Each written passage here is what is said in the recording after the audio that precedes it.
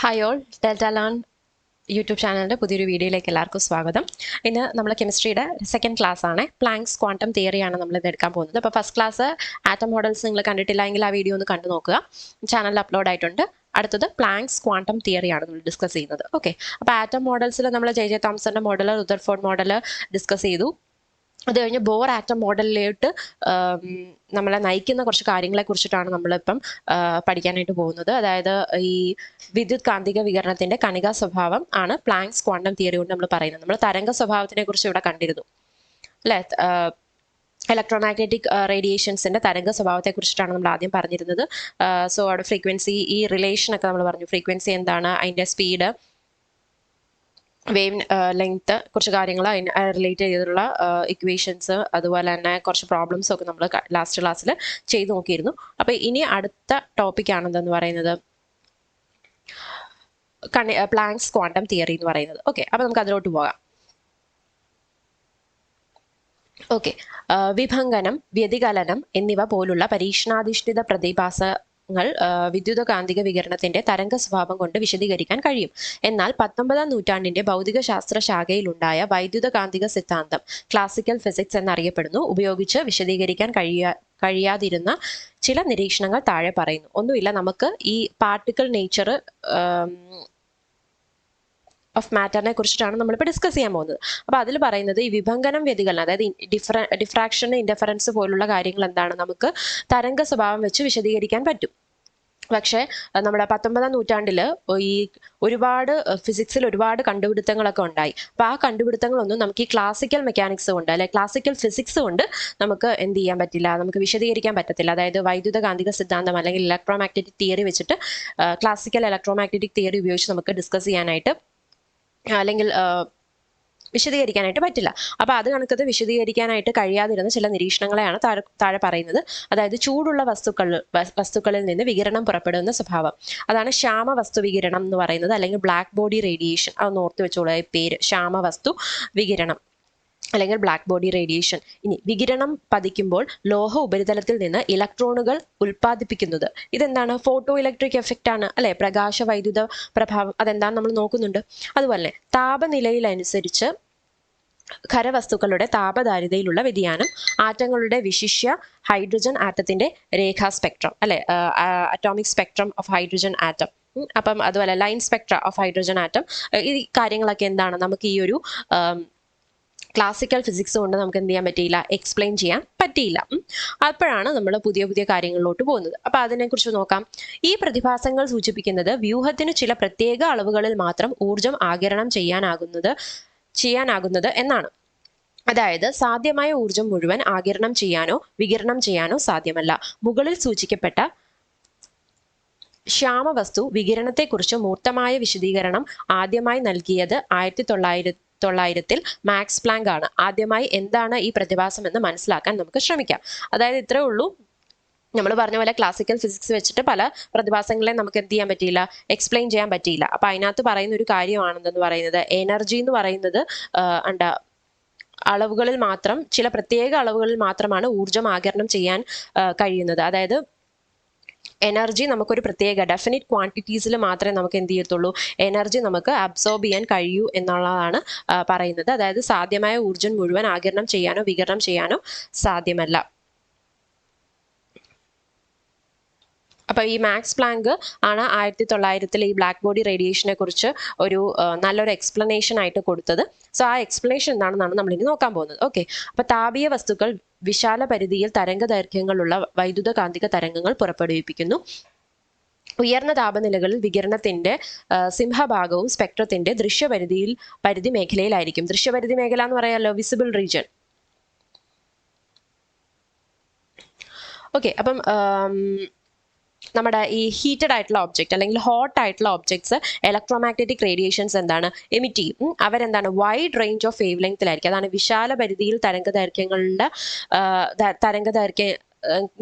വൈദ്യുത കാന്തിക തരംഗങ്ങൾ അവർ പുറപ്പെടുവിപ്പിക്കുന്നു എന്ന് പറയുന്നത്. അതായത് wide range of wave length ഉള്ള റേഡിയേഷൻസ് ആയിരിക്കും അവർ എന്ത് ചെയ്യുന്നത്, പുറപ്പെടുവിപ്പിക്കുന്നത്. അതുപോലെ തന്നെ ടെമ്പറേച്ചർ കൂടുന്നതനുസരിച്ച് അവർ പുറപ്പെടുവിക്കുന്ന റേഡിയേഷൻസ് എന്ന് പറയുന്നത് എന്താണ്? വിസിബിൾ റീജിയനിലുള്ളതായിരിക്കും. അതാണ് ദൃശ്യപരിധി മേഖലയിലായിരിക്കും എന്ന് പറയുന്നത്. എന്നാൽ താപനില വർദ്ധിക്കുന്നതനുസരിച്ച് കുറഞ്ഞ തരംഗദൈർഘ്യമുള്ള വികിരണം സൃഷ്ടിക്കപ്പെടുന്നു. ഉദാഹരണമായി ഒരു ഇരുമ്പ് ദണ്ട് ചൂളയിൽ ചൂടാക്കുമ്പോൾ ആദ്യം അത് ഇരുണ്ട ചുവപ്പിലേക്ക് മാറുന്നു. തുടർന്ന് താപനില വർദ്ധിക്കുന്നതനുസരിച്ച് കൂടുതൽ ചുവപ്പാകുന്നു. എന്നാൽ വീണ്ടും ചൂടാക്കുമ്പോൾ വെളുത്ത നിറമാവുകയും തുടർന്ന് താപനില വളരെയധികം വർദ്ധിക്കുമ്പോൾ നീല നിറമാകുകയും ചെയ്യുന്നു. ഇതിനർത്ഥം താപീയ വസ്തു പുറപ്പെടുവിക്കുന്ന വ്യത്യസ്ത തരംഗ ദൈർഘ്യങ്ങളുള്ള വികിരണങ്ങളുടെ തീവ്രത അതിന്റെ താപനിലയെ ആശ്രയിച്ചിരിക്കുന്നു എന്നാണ്, അല്ലെ? അപ്പൊ എന്താണ്? ഹോട്ട് ആയിട്ടുള്ള ഒബ്ജക്ട്സ് പ്രൊഡ്യൂസ് ചെയ്യുന്ന അല്ലെങ്കിൽ അവർ എമിറ്റ് ചെയ്യുന്ന റേഡിയേഷൻസ് എന്ന് പറയുന്നത് എന്താണ്? അവരുടെ എന്തിനെ ആശ്രയിച്ചിരിക്കുന്നു എന്നാണ് പറയുന്നത്? താപനിലയെ ആശ്രയിച്ചിരിക്കുന്നു എന്നാണ് പറയുന്നത്. അതായത് ടെമ്പറേച്ചർ കൂടുന്നതനുസരിച്ച് ഷോർട്ടർ വേവ് ലെങ്തിലുള്ള റേഡിയേഷൻസ് ആണ് അവർ പ്രൊഡ്യൂസ് ചെയ്യുന്നത്. ആദ്യം പറഞ്ഞു റെഡ് കളർ ആവുമെന്ന് പറഞ്ഞു, പിന്നെയും അതായത് ഒരു ഇരുമ്പ് ദണ്ട് ചൂടാക്കുമ്പോൾ റെഡ് ആവുമെന്ന് പറഞ്ഞു. പിന്നെ എന്താണ്? ഇത് റെഡ് എന്ന് പറയുന്നത് വേവ് ലെങ്ത് കൂടിയ ആളാണ് കേട്ടോ. അപ്പോൾ ടെമ്പറേച്ചർ കൂടുന്നതനുസരിച്ച് എന്താണ്? ബ്ലൂ കളറിലോട്ട് ആ ദണ്ടിന്റെ കളർ മാറുന്നു. അതായത് ബ്ലൂ എന്ന് പറയുന്നത് ഷോർട്ടർ വേവ് ലെങ്ത് ആയിട്ടുള്ള ആളാണ്, അല്ലെ? അപ്പൊ ടെമ്പറേച്ചർ കൂടുന്നതനുസരിച്ച് അവർ എമിറ്റ് ചെയ്യുന്ന റേഡിയേഷൻസിന്റെ വേവ് ലെങ്ത് എന്ത് ചെയ്യുന്നു? കുറഞ്ഞു വരുന്നു എന്നാണ് പറഞ്ഞത്. ഓക്കെ. 1850 അവസാനത്തോടെ വ്യത്യസ്ത പദാർത്ഥങ്ങൾ കൊണ്ട് നിർമ്മിക്കപ്പെട്ടിരിക്കുന്ന വസ്തുക്കൾക്ക് വിവിധ താപനിലകളിൽ വ്യത്യസ്ത അളവിലുള്ള വികിരണങ്ങൾ പുറത്തുവിടാനാകുമെന്ന് മനസ്സിലായി. മാത്രമല്ല ഒരു പദാർത്ഥത്തിന്റെ ഉപരിതലത്തിലേക്ക് പ്രകാശം പതിപ്പിച്ചാൽ വികിരണോർജത്തിന്റെ ഒരു ഭാഗം സാധാരണയായി അതേ രൂപത്തിൽ പ്രതിഫലിക്കപ്പെടുകയും ഒരു ഭാഗം ആഗിരണം ചെയ്യപ്പെടുകയും അതിലൊരു ഭാഗം ഉത്സർജിക്കപ്പെടുകയും ചെയ്യുന്നു. അതായത് റേഡിയേഷൻസ് എന്താണ്? ഒരു പദാർത്ഥത്തിലോട്ട് അതായത് ഒരു മെറ്റീരിയലിലോട്ട് റേഡിയേഷൻസ് വീണാൽ എന്താണ് സംഭവിക്കുന്നത്? അതിന്റെ ഒരു പാർട്ട് എന്ത് ചെയ്യുന്നു? അബ്സോർബ് ചെയ്യപ്പെടുന്നു, ഒരു പാർട്ട് റിഫ്ലക്ട് ചെയ്യപ്പെടുന്നു, അതുപോലെ മറ്റൊരു പാർട്ട് എന്താണ്? അതിലൂടെ ട്രാൻസ്മിറ്റ് ചെയ്തു പോകപ്പെടുന്നു. അതാണ് പറയുന്നത്. പ്രതിഫലിക്കുകയും ആഗിരണം ചെയ്യുകയും അതുപോലെ ഉത്സർജിക്കപ്പെടുകയും ചെയ്യുന്നു. ഓക്കെ, അതാണ് അവിടെ നടക്കുന്നത്. ഓക്കെ, ഇതിന് കാരണം സാധാരണ വസ്തുക്കൾ വികിരണത്തിന്റെ അപൂർണ സ്വീകാരികളാണെന്നാണ്. ഒരു ആദർശ വസ്തു എല്ലാ ആവർത്തിയിലുമുള്ള വികിരണങ്ങളെ ഒരുപോലെ ആഗിരണം ചെയ്യുകയും ഉത്സർജനം ചെയ്യുകയുമാണെങ്കിൽ അത്തരം വസ്തുവിനെ ശ്യാമവസ്തുവെന്നും ഉത്സർജന വികിരണം ശ്യാമവസ്തു വികിരണമെന്നും വിളിക്കുന്നു. അതായത് എന്താ പറയുന്നത്? ഒരു ആദർശ വസ്തു എന്ന് പറഞ്ഞാൽ എന്താണ്? ഐഡിയൽ ആയിട്ടുള്ള ഒരു ബോഡി, അല്ലെ? Ideal body. ഇപ്പൊ നമ്മൾ പറഞ്ഞു സാധാരണ ഒരു മെറ്റീരിയലിലാണ് ഈ ഒരു റേഡിയേഷൻസ് വീഴുന്നതെങ്കിൽ അതിന്റെ ഒരു ഭാഗം എമിറ്റ് ചെയ്യുന്നു, ഒരു ഭാഗം അബ്സോർബ് ചെയ്യപ്പെടുന്നു, ഒരു ഭാഗം ട്രാൻസ്മിറ്റ് ചെയ്യപ്പെടുന്നു, ഒരു ഭാഗം റിഫ്ലക്ട് ചെയ്യപ്പെടുന്നു. ഇതൊരു ആദർശ വസ്തുവിലാണ് വന്ന് വീഴുന്നതെങ്കിൽ എന്താ സംഭവിക്കുക? അതിൽ എല്ലാ റേഡിയേഷൻസും അതിലോട്ട് വീഴുന്ന എല്ലാ റേഡിയേഷൻസിനെയും അത് അബ്സോർബ് ചെയ്യുകയും ചെയ്യും. അതുപോലെ എന്താണ്? എല്ലാ റേഡിയേഷൻസിനെയും അത് എന്ത് ചെയ്യുന്നു? എമിറ്റ് ചെയ്യുകയും ചെയ്യുന്നു. അപ്പൊ ideal body is A body which emits and absorb radiations of all frequencies uniformly, അല്ലെ? അങ്ങനെ ഒരു ബോഡിയെ നമ്മൾ വിളിക്കുന്ന പേരാണ് എന്താ? ബ്ലാക്ക് ബോഡി അല്ലെങ്കിൽ എന്താണ്? ശ്യാമവസ്തു എന്ന് വിളിച്ചത്. ഓക്കെ, ശ്യാമവസ്തു അല്ലെങ്കിൽ black body. So black body എന്നിട്ട് ഈ ബ്ലാക്ക് ബോഡി എമിറ്റ് ചെയ്യുന്ന റേഡിയേഷൻ നമ്മൾ വിളിക്കുന്ന പേരാണ് ബ്ലാക്ക് ബോഡി റേഡിയേഷൻ അല്ലെങ്കിൽ ശ്യാമവസ്തു വികിരണം എന്ന് നമ്മൾ വിളിച്ചത്. ഓക്കെ അല്ലേ? സോ അപ്പൊ പ്രായോഗികമായി അത്തരം ഒരു വസ്തു നിലനിൽക്കുന്നില്ല. എന്നാൽ കാർബൺ ബ്ലാക്ക് ഒരു ഏകദേശ ശ്യാമവസ്തുവാണെന്ന് പറയാം.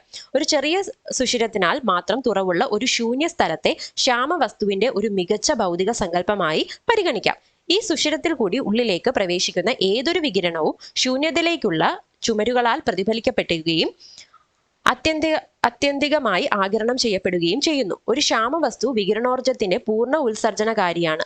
മാത്രമല്ല അത് ചുറ്റുപാടുമായി താപീയ സന്തുലനത്തിലുമായിരിക്കും. കൂടാതെ ഇതിന് യൂണിറ്റ് പരപ്പളവിൽ ഏതാനും സമയത്തും ആഗിരണം ചെയ്യപ്പെടുന്ന അളവ് വികിരണോർജം അതേ അളവിൽ ഉത്സർജിക്കപ്പെടുകയും ചെയ്യുന്നു. ഒരു ശ്യാമവസ്തുവിൽ നിന്ന് പുറപ്പെടുന്ന വികിരണത്തിന്റെ കൃത്യമായ ആവൃത്തി വിതരണം ശ്യാമവസ്തുവിന്റെ താപനിലയെ മാത്രമേ ആശ്രയിക്കുന്നുള്ളൂ. ഒരു നിശ്ചിത താപനിലയിൽ ഉത്സർജിക്കുന്ന വികിരണത്തിന്റെ തീവ്രത തരംഗദൈർഘ്യം കൂടുന്നതിനനുസരിച്ച് വർദ്ധിക്കുകയും ഒരു നിശ്ചിത തരംഗദൈർഘ്യത്തിൽ പരമാവധി മൂല്യം എത്തുകയും തുടർന്ന് തരംഗദൈർഘ്യം കൂടുന്നതനുസരിച്ച് തീവ്രത കുറയുകയും ചെയ്യുന്നു.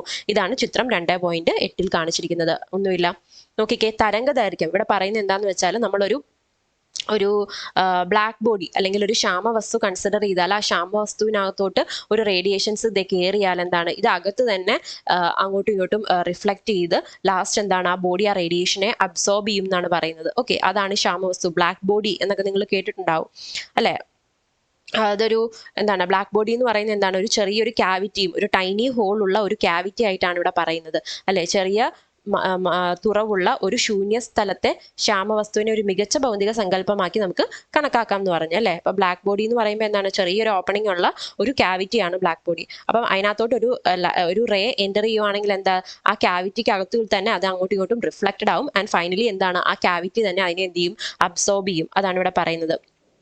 ഓക്കെ, അപ്പം ഒരു ബ്ലാക്ക് ബോഡിയെ നമ്മൾ എന്താണ്, പെർഫെക്റ്റ് ആയിട്ടുള്ള ഒരു റേഡിയേറ്റർ ഓഫ് റേഡിയന്റ് എനർജി എന്നാണ് നമ്മൾ പറയുന്നത് അല്ലെ.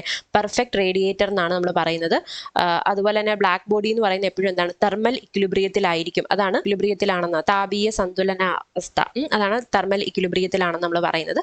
അപ്പൊ ഇത്രയേ ഉള്ളൂ നമ്മൾ പറഞ്ഞത്. ഇതുപോലെ ഒരു ശ്യാമവസ്തുവിന്റെ താപനില എന്തിനെ ആശ്രയിച്ചിരിക്കുന്നു, താപനിലയെ മാത്രം ആശ്രയിച്ചായിരിക്കും വികിരണത്തിന്റെ കൃത്യമായ ആവൃത്തി വിതരണം. അതുപോലെ തന്നെ എന്താണ്, ഒരു നിശ്ചിത താപനിലയിൽ ഉത്സർജിക്കുന്ന വികിരണത്തിന്റെ തീവ്രത തരംഗദൈർഘ്യം കൂടുന്നതനുസരിച്ച് വർദ്ധിക്കുന്നു അല്ലെ. അപ്പൊ തരംഗദൈർഘ്യം എന്ന് പറയുന്നത് അറിയാമല്ലോ, ലാംഡ കൂടുന്നതനുസരിച്ച് ഉത്സർജിക്കുന്ന വികിരണത്തിന്റെ തീവ്രത, അതായത് ഇന്റൻസിറ്റി. ഈ തീവ്രത എന്ന് പറയുന്നത് എന്താണ്, ഇന്റൻസിറ്റിയാണ് അല്ലെ. ഇവർ എമിറ്റ് ചെയ്യുന്ന റേഡിയേഷൻസിന്റെ, അതായത് വികിരണത്തിന്റെ തീവ്രത, ഇന്റൻസിറ്റി എന്ന് പറയുന്നത് ലാംഡയ, തരംഗദൈർഘ്യത്തെ ഡിപ്പെൻഡ് ചെയ്താണ് ഇരിക്കുന്നത്. തരംഗദൈർഘ്യം കൂടുന്നതനുസരിച്ച് വർദ്ധിക്കുകയും അതുപോലെ തന്നെ ഒരു നിശ്ചിത തരംഗദൈർഘ്യത്തിൽ പരമാവധി മൂല്യം എത്തുകയും തുടർന്ന് തരംഗദൈർഘ്യം കൂടുന്നതനുസരിച്ച് തീവ്രത കുറയുകയും ചെയ്യുന്നു. അതാണ് ഇവിടെ കാണിച്ചിട്ടുള്ളത്. കണ്ടോ, ഇവിടെയാണ് വേവ് ലെങ്ത് കൊടുത്തിട്ടുള്ളത്. എക്സ് ആക്സിസിന്റെ വേവ് ലെങ്ത്, വൈ ആക്സിസിലാണ് ഇന്റൻസിറ്റി കൊടുത്തിട്ടുള്ളത്. രണ്ട് ഡിഫറെന്റ് ടെമ്പറേച്ചറിന്റെ ഗ്രാഫാണ് കൊടുത്തിരിക്കുന്നത്, T1 T2 എന്ന് പറഞ്ഞ രണ്ട് ഡിഫറെന്റ് ടെമ്പറേച്ചറിൽ. അപ്പോൾ T1 ടെമ്പറേച്ചറിൽ നോക്കിക്കേ, ഇവിടെ ഇത് കണക്ക് നമ്മുടെ ലാംഡ കൂട്ടിക്കൂട്ടി, അതായത് തരംഗദൈർഘ്യം കൂട്ടിക്കൂട്ടി വരുമ്പോഴത്തേക്കും തീവ്രത, റേഡിയേഷൻസിന്റെ ഇന്റൻസിറ്റി കൂടി വരുന്നു. ഒരു പർട്ടിക്കുലർ പോയിന്റിൽ എത്തിയപ്പോഴത്തേക്കും അതൊരു മാക്സിമം വാല്യൂ ആയി. അത് കഴിഞ്ഞിട്ട് പിന്നെ എന്താണ്, ആ ഒരു ഇന്റൻസിറ്റി കുറഞ്ഞാണ് വരുന്നത്. ഇതേപോലെ തന്നെ വേറൊരു ടെമ്പറേച്ചർ നോക്കി അങ്ങനെ നമുക്ക് കാണാം. അപ്പൊ എന്താണ്, അത് ഇൻക്രീസ് ചെയ്യുന്നു, അതുപോലെ തന്നെ എന്താണ്, മാക്സിമം വാല്യൂ എത്തുന്നു, ഡിക്രീസ് ചെയ്യുന്നു എന്ന് പറഞ്ഞു. ഓക്കെ, ഇനിയാണ് നമ്മുടെ മെയിൻ ആയിട്ടുള്ള കാര്യം പറയുന്നത്. അവിടെ തൊട്ടാണ് നമുക്ക് ഇമ്പോർട്ടൻ്റ് ആയിട്ടുള്ളത്. ഓക്കെ, അത് ഓർത്തോണം. പ്രകാശത്തിന്റെ തരംഗ സിദ്ധാന്തത്തിന്റെ അടിസ്ഥാനത്തിൽ മേൽപ്പറഞ്ഞ പരീക്ഷണ ഫലങ്ങൾ തൃപ്തികരമായി വിശദീകരിക്കാനായില്ല. ആറ്റങ്ങളും തന്മാത്രകളും ഊർജ്ജം പുറന്തള്ളുന്നത് അല്ലെങ്കിൽ ആഗിരണം ചെയ്യുന്നത് അക്കാലത്ത് കരുതിയിരുന്നത് പോലെ തുടർച്ചമായല്ല, മറിച്ച് വിവിക്ത അളവുകളിലായാണെന്ന് പ്ലാങ്ക് നിർദ്ദേശിച്ചു. വൈദ്യുതകാന്തിക വികിരണത്തിന്റെ രൂപത്തിൽ ആഗിരണം ചെയ്യാനോ ഉത്സർജിക്കാനോ കഴിയുന്ന ഏറ്റവും ചെറിയ അളവിലുള്ള ഊർജത്തിന് പ്ലാങ്ക് ക്വാണ്ടം എന്ന പേര് നൽകി. ഒരു ക്വാണ്ടം ഊർജം ഈ ആവൃത്തിക്ക് ന്യൂ നേർ അനുപാതത്തിലാണ്. അത് സൂചിപ്പിക്കുന്ന സമവാക്യമാണ് E=hν. അപ്പൊ പ്ലാങ്ക്സ് ക്വാണ്ടം തിയറി എന്ന് പറയുന്നത് എന്താണ്, നമ്മൾ പറഞ്ഞു, നമുക്ക് ഊർജം പുറന്തള്ളുന്ന, അല്ലെ ആറ്റങ്ങൾ അല്ലെങ്കിൽ തന്മാത്രകൾ ഊർജം പുറന്തള്ളുന്നത് അല്ലെങ്കിൽ ആഗിരണം ചെയ്യുന്നത്, അല്ലെ ഊർജം അവർ സ്വീകരിക്കുന്നത് അല്ലെങ്കിൽ പുറത്തോട്ട് തള്ളുന്നത് എന്ന് പറയുന്നത് എപ്പോഴും എന്താണ്, കണ്ടിന്യൂസ് ആയിട്ടുള്ള, അതായത് തുടർച്ചയായിട്ടല്ല, മറിച്ച് എന്താണ്, വിവിക്തമായിട്ടാണ്. അതായത് ഡിസ്ക്രീറ്റ് പാക്കറ്റ്സ് ഓഫ് എനർജി എന്നാണ് നമ്മൾ ഇതിനെ പറയുന്നത് അല്ലെ. ഓരോരോ പാക്കറ്റുകളായിട്ടാണ് നമ്മൾ പറയുന്നത്. ഇതൊരു ഒഴുക്ക് പോലല്ല, കണ്ടിന്യൂസ് ആയിട്ടല്ല, മറിച്ച് എന്താണ്, ഓരോ പാക്കറ്റ്സ് ഓഫ് എനർജി ആയിട്ടാണ് ഇവർ എനർജി കൈമാറ്റം ചെയ്യുന്നതെന്നാണ് നമ്മൾ പ്ലാങ്ക്സ് പറയുന്നത്. ഓക്കെ, അതാണ് പ്ലാങ്ക് ക്വാണ്ടം തിയറി. അതിൽ ഓരോ പാക്കറ്റ്സ് ഓഫ് എനർജിയാണ് പ്ലാങ്ക് എന്ത് വിളിക്കുന്നത്, ക്വാണ്ടം എന്ന് പറയുന്നത് അല്ലെ. ഏറ്റവും ചെറിയ അളവിലുള്ള ഊർജത്തിനെയാണ് പ്ലാങ്ക് എന്ത് വിളിച്ചത്, ക്വാണ്ടം എന്ന പേര് നൽകിയത്. മനസ്സിലായല്ലോ. അപ്പം എനർജി അബ്സോർബ് ചെയ്യുന്നതോ എമിറ്റ് ചെയ്യുന്നതോ ഒരിക്കലും കണ്ടിന്യൂസ് ആയിട്ടല്ല, പക്ഷെ എന്താണ്, ഡിസ്ക്രീറ്റ് യൂണിറ്റുകളാണ്. ആ യൂണിറ്റുകളെയാണ് നമ്മൾ പാക്കറ്റ്സ് ഓഫ് എനർജി എന്നൊക്കെ പറയുന്നത്. അപ്പം ആ പാക്കറ്റ്സ് ഓഫ് എനർജിക്കാണ് ക്വാണ്ടം എന്ന് പറഞ്ഞ പേര് നൽകിയത്. ആൻഡ് ക്വാണ്ടം ഒരു ക്വാണ്ടം ഊർജം എന്ന് പറയുന്നത് എന്താണ്, ന്യൂവിന് നേർ അനുപാതത്തിലായിരിക്കും, അതായത് പ്രൊപ്പോർഷനിലായിരിക്കും. അല്ലെങ്കിൽ അതിന് കറസ്പോണ്ടിങ് ആയിട്ടുള്ള ഇക്വേഷൻ ആണ് E=hν.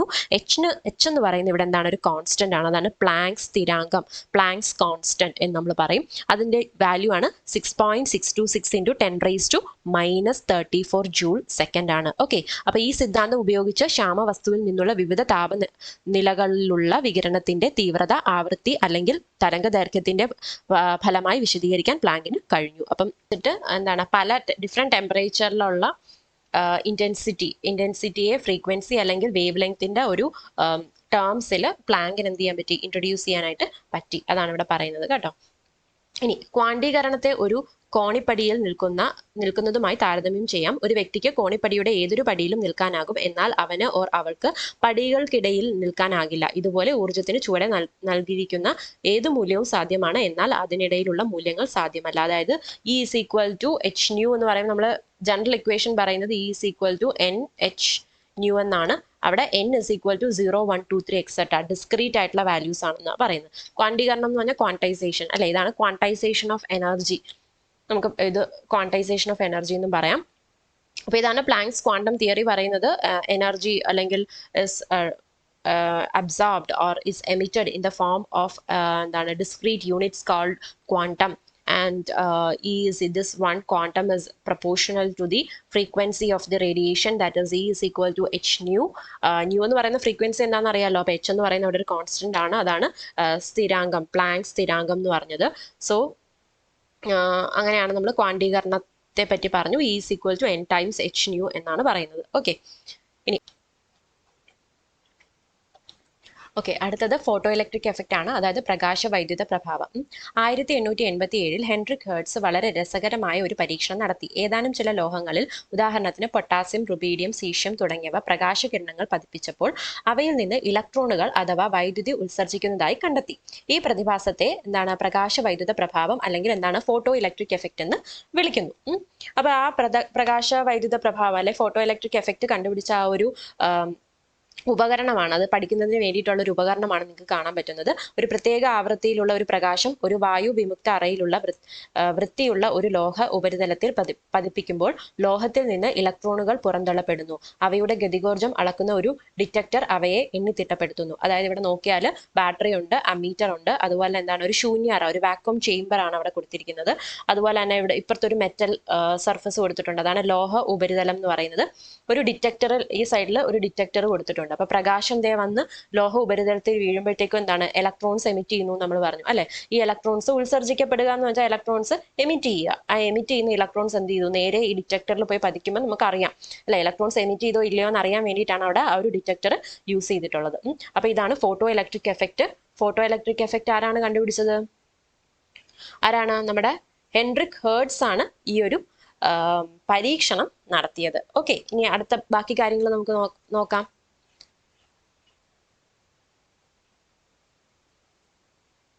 ഈ പരീക്ഷണത്തിൽ കണ്ടെത്തിയ ഫലങ്ങളാണ് താഴെ കൊടുത്തിരിക്കുന്നവ. ഒന്നാമത്തെ ഫലം, പ്രകാശരശ്മികൾ ലോഹോപരിതലത്തിൽ പതിക്കുമ്പോൾ തന്നെ ഇലക്ട്രോണുകൾ പുറന്തള്ളപ്പെടുന്നു. അതായത് പ്രകാശകിരണത്തിന്റെ പതനത്തിനും ലോഹ ഉപരിതലത്തിൽ നിന്നുള്ള ഇലക്ട്രോണുകളുടെ ഉത്സർജനത്തിനും തമ്മിൽ ഇടവേളകളില്ല അല്ലെ. ഇൻസ്റ്റന്റ് ആയിട്ട് at the instant of strike on with the beam of light എന്ത് ചെയ്യുന്നു, ഇലക്ട്രോൺസ് പ്രൊഡ്യൂസ് ചെയ്യുന്നു. അതായത് ഇവിടെ തമ്മിൽ ഇടവേളകളില്ല എന്ന് പറഞ്ഞാൽ അവിടെ ഒട്ടും ടൈം ലാഗ് ഇല്ല, നോ ടൈം ലാഗ് എന്നാണ് പറയുന്നത്. ഓക്കെ, അതുപോലെ ഉത്സർജിക്കപ്പെടുന്ന ഇലക്ട്രോണുകളുടെ എണ്ണം പ്രകാശത്തിന്റെ തീവ്രതയ്ക്ക് അല്ലെങ്കിൽ തിളക്കത്തിന് നേർ അനുപാതത്തിലായിരിക്കും. അതായത് നമ്പർ ഓഫ് ഇലക്ട്രോൺസ് എന്ന് പറയുന്നത് എന്തിന് അനുപാതത്തിലാണ്, അതായത് എന്തിന് പ്രൊപ്പോർഷനിലാണെന്നാണ് പറയുന്നത്, ഇന്റൻസിറ്റി അല്ലെങ്കിൽ ബ്രൈറ്റ്നസ് ഓഫ് ദ ലൈറ്റ്. അതാണ് തീവ്രത അല്ലെങ്കിൽ പ്രകാശം. ഇന്റൻസിറ്റിയും ബ്രൈറ്റ്നസ് ഓഫ് ലൈറ്റിന് ഡയറക്ട്ലി പ്രൊപ്പോർഷനിലാണ്. ഓക്കെ, ഇനി ഓരോ ലോഹത്തിനും സവിശേഷമായ കുറഞ്ഞ ഒരു ആവൃത്തി, അതായത് ന്യൂ നോട്ട് ഉണ്ട്.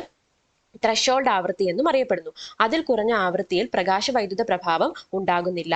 ആവൃത്തി nu greater than nu nought ആവുമ്പോൾ നിശ്ചിത ഗതികോർജമുള്ള ഇലക്ട്രോണുകൾ പുറത്തു വരുന്നു.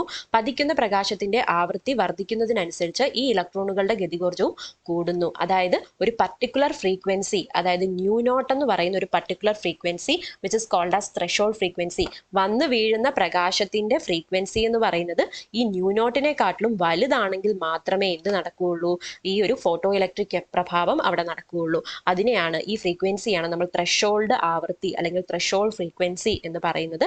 അപ്പം ഈ ഒരു പർട്ടിക്കുലർ ഫ്രീക്വൻസിയെക്കാട്ടിലും ഗ്രേറ്റർ ആയിട്ടുള്ള ഒരു ഫ്രീക്വൻസിയിലുള്ള ഒരു ലൈറ്റ് വന്ന് മെറ്റലിൽ വീഴുകയും വേണം. എന്നാൽ മാത്രമേ അവിടെ നിന്ന് ഇലക്ട്രോണുകൾ എന്ത് ചെയ്യത്തുള്ളൂ, എമിറ്റ് ചെയ്യത്തുള്ളൂ. ഓക്കെ, അപ്പൊ അതാണ് ത്രഷോൾഡ് ആവൃത്തി. ഓക്കെ അല്ലേ. ഇനി മുകളിൽ പറഞ്ഞ എല്ലാ ഫലങ്ങളും ക്ലാസിക്കൽ ഭൗതിക നിയമങ്ങളുടെ അടിസ്ഥാനത്തിൽ വിശദീകരിക്കാൻ കഴിഞ്ഞില്ല. ക്ലാസിക്കൽ സിദ്ധാന്തത്തിന്റെ അടിസ്ഥാനത്തിൽ പ്രകാശരശ്മികളിലെ ഊർജം പ്രകാശത്തിന്റെ തീവ്രതയെ ആശ്രയിച്ചിരിക്കുന്നു. മറ്റൊരു വിധത്തിൽ പറഞ്ഞാൽ ഉത്സർജിക്കപ്പെടുന്ന ഇലക്ട്രോണുകളുടെ എണ്ണവും അവയുടെ ഗതികോർജവും പ്രകാശത്തിന്റെ തിളക്കത്തിനെ ആശ്രയിച്ചിരിക്കണം. ഉത്സർജിക്കപ്പെടുന്ന ഇലക്ട്രോണുകളുടെ എണ്ണം പ്രകാശത്തിന്റെ തിളക്കത്തെ ആശ്രയിച്ചിരിക്കുന്നെങ്കിലും ഇലക്ട്രോണുകളുടെ ഗതികോർജം അങ്ങനെയല്ല എന്ന് നിരീക്ഷിക്കപ്പെട്ടിട്ടുണ്ട്. ഉദാഹരണത്തിന് ഏതൊരു തിളക്കത്തിലും ചുവപ്പ് പ്രകാശം മണിക്കൂറുകളോളം പൊട്ടാസ്യം ലോഹത്തിന്റെ ഉപരിതലത്തിനെ പ്രകാശിപ്പിച്ചാലും അതിൽ നിന്ന് ഇലക്ട്രോണുകൾ പുറന്തള്ളപ്പെടുന്നില്ല. എന്നാൽ വളരെ ദുർബലമായ മഞ്ഞ വെളിച്ചത്തിൽ പോലും പൊട്ടാസ്യം ലോഹത്തിൽ പ്രകാശ വൈദ്യുത പ്രഭാവം നിരീക്ഷിക്കാനാകുന്നു. പൊട്ടാസ്യം ലോഹത്തിന്റെ ത്രഷോൾഡ് ആവൃത്തി ന്യൂ നോട്ട് 5.0 × 10⁻14 ഹെർട്സ് ആണ്. അതായത് നമ്മൾ ആവൃത്തിയെയാണിത് ആശ്രയിച്ചിരിക്കുന്നത് പ്രകാശരശ്മികളുടെ ഊർജ്ജം പ്രകാശത്തിന്റെ തീവ്രതയെ ആശ്രയിച്ചിരിക്കുന്നു. എന്നാൽ ഉത്സർജിക്കപ്പെടുന്ന ഇലക്ട്രോണുകളുടെ എണ്ണവും അവയുടെ ഗതികോർജ്ജം പ്രകാശത്തിന്റെ തിളക്കത്തിനെ ആശ്രയിച്ചിരിക്കണമെന്നാണ് നമ്മൾ വിചാരിക്കുന്നത്. പക്ഷെ ഉത്സർജിക്കപ്പെടുന്ന ഇലക്ട്രോണുകളുടെ എണ്ണം പ്രകാശ തിളക്കത്തെ ആശ്രയിച്ചിരിക്കുന്നെങ്കിലും ഇലക്ട്രോണുകളുടെ ഗതികോർജ്ജം എന്താണ്? അങ്ങനെയല്ല. പക്ഷെ അങ്ങനെയല്ല എന്നാണ് നിരീക്ഷിച്ചത്. ഓക്കെ, അതായത് ഒരു വൈദ്യുത കാന്തിക വികിരണത്തെ സംബന്ധിച്ച പ്ലാങ്കിന്റെ ക്വാണ്ടം സിദ്ധാന്തത്തിന്റെ അടിസ്ഥാനത്തിൽ പ്രകാശ വൈദ്യുത പ്രഭാവം വിശദീകരിക്കാൻ ഐൻസ്റ്റീന് കഴിഞ്ഞു. അപ്പൊ പ്രകാശ വൈദ്യുത പ്രഭാവം വിശദീകരിച്ചത് ആരാണ്? ഐൻസ്റ്റീൻ ആണ്. എന്തിന്റെ അടിസ്ഥാനത്തിലാണ്? പ്ലാങ്ക്സ് ക്വാണ്ടം തിയറിയുടെ അടിസ്ഥാനത്തിലാണ് ഐൻസ്റ്റീൻ ഈ ഒരു ഫോട്ടോ ഇലക്ട്രിക് എഫക്റ്റ് വിശദീകരിച്ചത്. ഇനി നോക്കിക്കേ, ഒരു ലോഹ ഉപരിതലത്തിലേക്ക് പ്രകാശത്തിന്റെ ഒരു രശ്മി പ്രകാശിപ്പിക്കുമ്പോൾ ഫോട്ടോണുകളുടെ നിറയൊഴിക്കലായി പരിഗണിക്കാം. മതിയായ ഊർജമുള്ള ഒരു ഫോട്ടോൺ ലോഹത്തിന്റെ ആറ്റത്തിലെ ഒരു ഇലക്ട്രോണുമായി കൂട്ടിയിടിക്കുമ്പോൾ തന്നെ ഇലക്ട്രോണിലേക്ക് ഊർജം കൈമാറ്റം നടന്ന് തൽക്ഷണം അത് ഉത്സർജിക്കപ്പെടുന്നു. ഫോട്ടോണിന്റെ ഊർജം കൂടുതലാണെങ്കിൽ ഇലക്ട്രോണിലേക്ക് കൂടുതൽ ഊർജം കൈമാറ്റം ചെയ്യുകയും ഉയർന്ന ഗതികോർജമുള്ള ഇലക്ട്രോണുകൾ ഉത്സർജിക്കപ്പെടുകയും ചെയ്യുന്നു. മറ്റൊരു വിധത്തിൽ പറഞ്ഞാൽ ഉത്സർജിക്കപ്പെടുന്ന ഇലക്ട്രോണിന്റെ ഗതികോർജം വിദ്യുത് കാന്തിക വികിരണത്തിന്റെ ആവൃത്തിക്ക് അനുപാതത്തിലായിരിക്കും. ലോഹോപരിതലത്തിൽ പതിക്കുന്ന ഇലക്ട്രോണിന്റെ ഊർജം hν ഇലക്ട്രോണിനെ പുറത്താക്കാൻ ആവശ്യമായ കുറഞ്ഞ ഊർജം h0 പ്രതിഫലനം വർക്ക് ഫംഗ്ഷൻ എന്നും വിളിക്കുന്നു. എന്നിങ്ങനെയാണെങ്കിൽ ഊർജത്തിന്റെ വ്യത്യാസം hν - h0 എന്നാണ് ഫോട്ടോ ഇലക്ട്രോണിന്റെ ഗതികോർജമായി മാറ്റപ്പെടുന്നു. ഊർജ സംരക്ഷണ നിയമപ്രകാരം ഉത്സർജിക്കുന്ന ഇലക്ട്രോണിന്റെ ഗതികോർജം കണ്ടുപിടിക്കുന്നതിന്റെ സമവാക്യമാണ്. അതായത്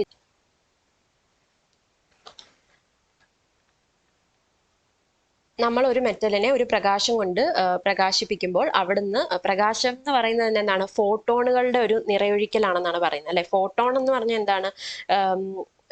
ലൈറ്റിൽ കാണുന്ന അല്ലെങ്കിൽ പ്രകാശത്തിൽ കാണുന്ന ചെറിയ കണികകളെയാണ് നമ്മൾ ഫോട്ടോൺ എന്ന് പറയുന്നത്. അപ്പൊ ഈ ഫോട്ടോൺ വന്ന് നേരെ മെറ്റലിലോട്ട് പതിക്കുന്നു, അല്ലെങ്കിൽ എന്താണ്? ഇലക്ട്രോണിലോട്ട് പതിക്കുന്നു. അപ്പൊ ഈ ഫോട്ടോൺ ഒരു നിശ്ചിത ഊർജ്ജമുള്ള ഒരു ഫോട്ടോൺ ആണ് ഈ ഒരു ആറ്റത്തിന്റെ ഇലക്ട്രോണിലോട്ട് വന്ന് പതിക്കുന്നത്. അപ്പൊ ആ ഈ ഇലക്ട്രോണും ആറ്റവും തമ്മിൽ കൂട്ടിയിടിക്കുന്ന സമയത്ത് എന്താണ്? ഇലക്ട്രോണും ഫോട്ടോണും തമ്മിൽ കൂട്ടിയിടിക്കുന്നു. അപ്പൊ ഫോട്ടോണിൽ എനർജി ഉണ്ടെങ്കിൽ ആ ഫോട്ടോൺ ഉടനെ തന്നെ ഇലക്ട്രോണിലോട്ട് ട്രാൻസ്ഫർ ചെയ്യപ്പെടുന്നു. അപ്പൊ ഇലക്ട്രോൺ ഉടനെ തന്നെ എന്ത് ചെയ്യുന്നു? റിലീസ് ചെയ്യുന്നു, അല്ലെങ്കിൽ ഇലക്ട്രോൺ എമിഷൻ നടക്കുന്നു. ഇനി ഈ വരുന്ന ഫോട്ടോണുകൾക്ക് കുറച്ച് എനർജി കൂടുതലാണെങ്കിലോ, എനർജി കൂടുതലുള്ള ഫോട്ടോണുകളാണെങ്കിലോ ഈ ഇലക്ട്രോണിന്റെ എനർജി എന്തായിരിക്കും? കൂടുതലായിരിക്കും. ആ ഇലക്ട്രോൺ കിട്ടുന്ന എനർജി കൂടുതലായിരിക്കും. ആൻഡ് അവരുടെ എന്താണ്? ഗതികോർജം കൂടുതലാവും. അതായത് അവിടുന്ന് എമിറ്റ് ചെയ്യുന്ന ഇലക്ട്രോണിന്റെ ഗതികോർജം അല്ലെങ്കിൽ എന്താണ്? കൈനറ്റിക് എനർജി എന്ന് പറയുന്നത് എന്തായിരിക്കും? കൂടുതലായിരിക്കും. അതായത് വന്ന് വീഴുന്ന ഫോട്ടോണിന് ഗ്രേറ്റർ എനർജി ഉണ്ടെങ്കിൽ ആ ഗ്രേറ്റർ എനർജി ഇലക്ട്രോണിലോട്ട് ട്രാൻസ്ഫർ ചെയ്യുന്നു. ആൻഡ് ബൈ ദാറ്റ് വേ എന്താണ്? Electrons will be also getting എന്താണ്? Greater kinetic energy, that is ഗതികോർജമായിട്ട് മാറ്റപ്പെടുന്നു. അപ്പൊ ഈ അപ്പം ഇതിൽ നമ്മൾ പറയുന്നത് hν എന്ന് പറയുന്നതാണ് എന്തെന്ന് പറയുന്നത്? ഫോട്ടോണിന്റെ എനർജി എന്ന് പറയുന്നത് hν ആയിരിക്കും. hν0 എന്ന് പറയുന്നതായിരിക്കും നമ്മുടെ ഇലക്ട്രോണിനെ പുറത്താക്കാനായിട്ട് ആവശ്യമായ കുറഞ്ഞ ഊർജ്ജം. അതിനെയാണ് നമ്മൾ വർക്ക് ഫംഗ്ഷൻ എന്ന് പറയുന്നത്. ഓക്കെ, അതായത് minimum energy that is required to remove an electron from a metal surface, അതിനെയാണ് hν0 അല്ലെങ്കിൽ വർക്ക് ഫംഗ്ഷൻ എന്ന് വിളിക്കുന്നത്, അല്ലെങ്കിൽ പ്രവൃത്തി ഫലനം എന്ന് പറയുന്നത്. ഓക്കെ, അപ്പം ഈ hν h0 കിട്ടിയ ഇവർ രണ്ടുപേരും ഡിഫറൻസ് എടുക്കുവാണെങ്കിൽ നമുക്ക് എന്ത് കിട്ടും? Kinetic energy of the electron. Okay, അപ്പൊ നമ്മൾ പറഞ്ഞു ഇലക്ട്രോണിന് എന്ത് എനർജി കിട്ടുന്നുണ്ട്? കൈനറ്റിക് എനർജി കിട്ടുന്നുണ്ട്. അപ്പൊ hν - h0 എന്ന് പറയുന്നത് കൈനറ്റിക് എനർജിയുടെ സമവാക്യം എന്താണ്? ½ mv². അല്ലെ, എമ്മിന് ഇ എന്ന് കൊടുത്തിട്ടുണ്ട്. ഇവിടെ എന്താണ്? ഇലക്ട്രോൺ ആണെന്ന് സൂചിപ്പിക്കാനായിട്ടാണ് mv². അപ്പൊ hν = hν0 + ½ mv², അല്ലെങ്കിൽ എന്താണ്? hν - hν0 = ½ mv².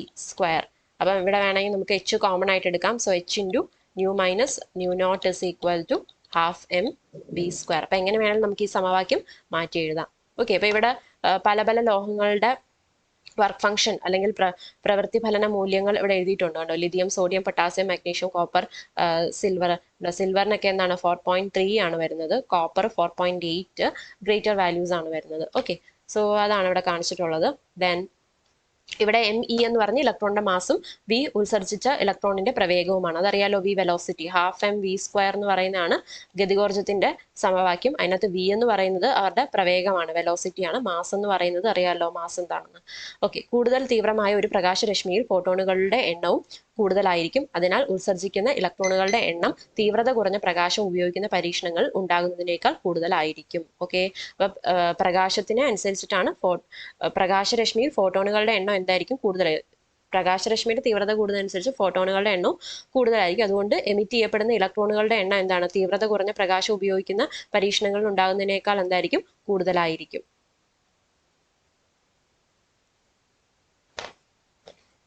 ഓക്കെ, അടുത്ത നോക്കാം. വൈദ്യുത കാന്തിക വികിരണത്തിന്റെ ദ്വൈത സ്വഭാവം, അതായത് dual behaviour of electromagnetic radiation എന്നാണ് നമ്മൾ പറയാൻ പോകുന്നത്.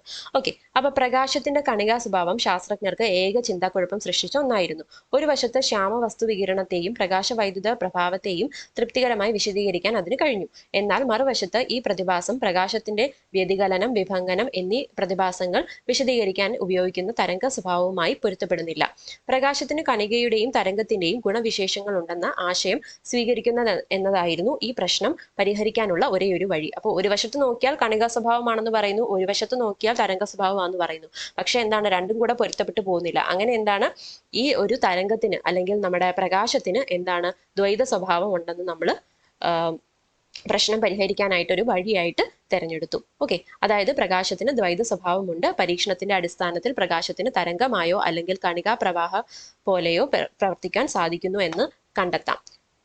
വികിരണം വസ്തുക്കളുമായി അന്യോന്യ ക്രിയയിൽ ഏർപ്പെടുമ്പോഴെല്ലാം തരംഗ സ്വഭാവങ്ങൾക്ക് വിഭിന്നമായി കണികാ സ്വഭാവം പ്രകടമാക്കുന്നു. എന്നാൽ തരംഗ സ്വഭാവം വ്യാപന സമയത്ത് പ്രകടമാണ്.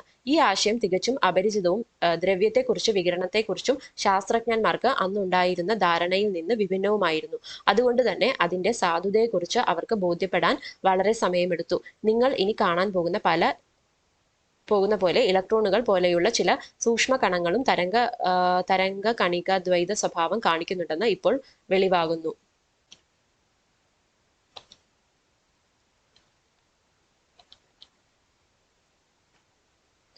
വൈദ്യുത കാന്തിക വികിരണത്തിന്റെ ദ്വൈത സ്വഭാവം. പ്രകാശത്തിന്റെ കണികാ സ്വഭാവം ശാസ്ത്രജ്ഞർക്ക് ഏറെ ചിന്താക്കുഴപ്പം സൃഷ്ടിച്ച ഒന്നായിരുന്നു.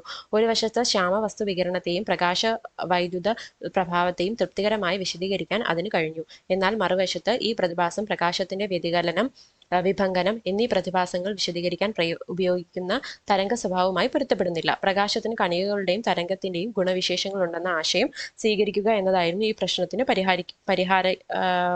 ഈ പ്രശ്നം പരിഹരിക്കാനുള്ള ഒരേയൊരു വഴി.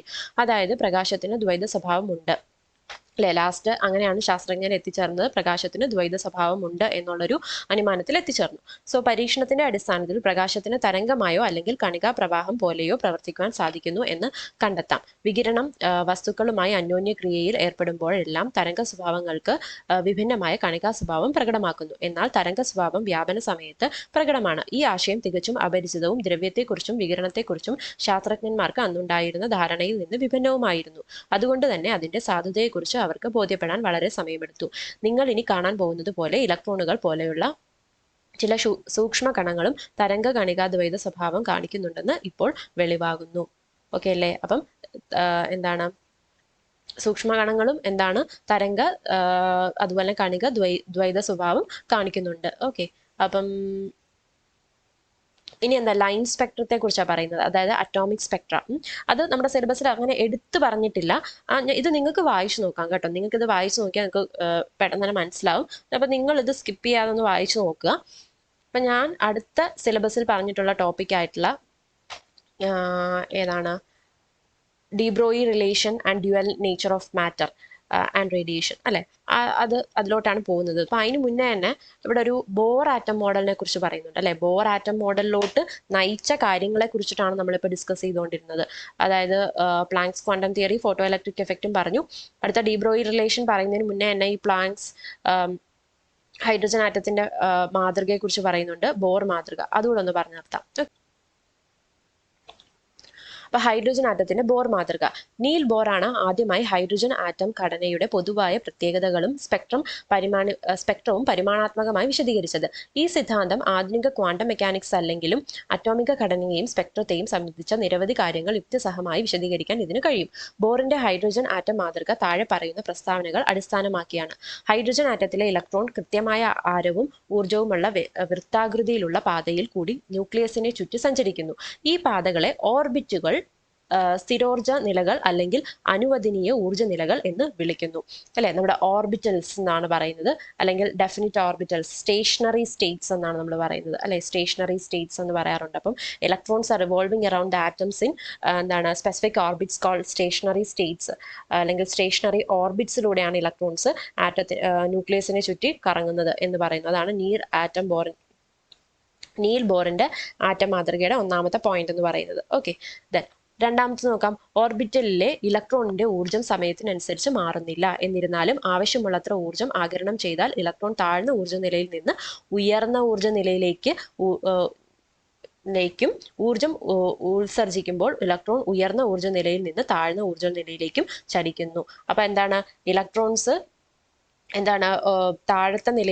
താഴത്തെ ഊർജ്ജ നിലയിൽ നിന്ന് അല്ലെങ്കിൽ ലോവർ സ്റ്റേഷനറി സ്റ്റേറ്റിൽ നിന്ന് ഹയർ സ്റ്റേഷനറി സ്റ്റേറ്റിലോട്ട് അവർക്ക് റിക്വയർഡ് ആയിട്ടുള്ള എമൗണ്ട് ഓഫ് എനർജി കൊടുത്താൽ അവർക്ക് എന്ത് ചെയ്യാൻ പറ്റും, ജമ്പ് ചെയ്യാൻ പറ്റും. അല്ലെ, അതുപോലെ തന്നെ അവർക്ക് ഹയർ എനർജി സ്റ്റേറ്റിൽ നിന്ന് ലോവർ എനർജി സ്റ്റേറ്റിലോട്ട് അവർക്ക് തിരിച്ചും ജമ്പ് ചെയ്യാൻ പറ്റും. എങ്ങനെയാണ്, താഴ്ന്ന ഊർജ്ജ നിലയിലേക്ക് ചലിക്കാനായിട്ട് പറ്റും ബൈ എമിറ്റിംഗ് റേഡിയേഷൻസ്. അല്ലെ, by absorbing radiations they can jump to higher energy states. By emitting radiations they can jump from higher energy state to lower energy state.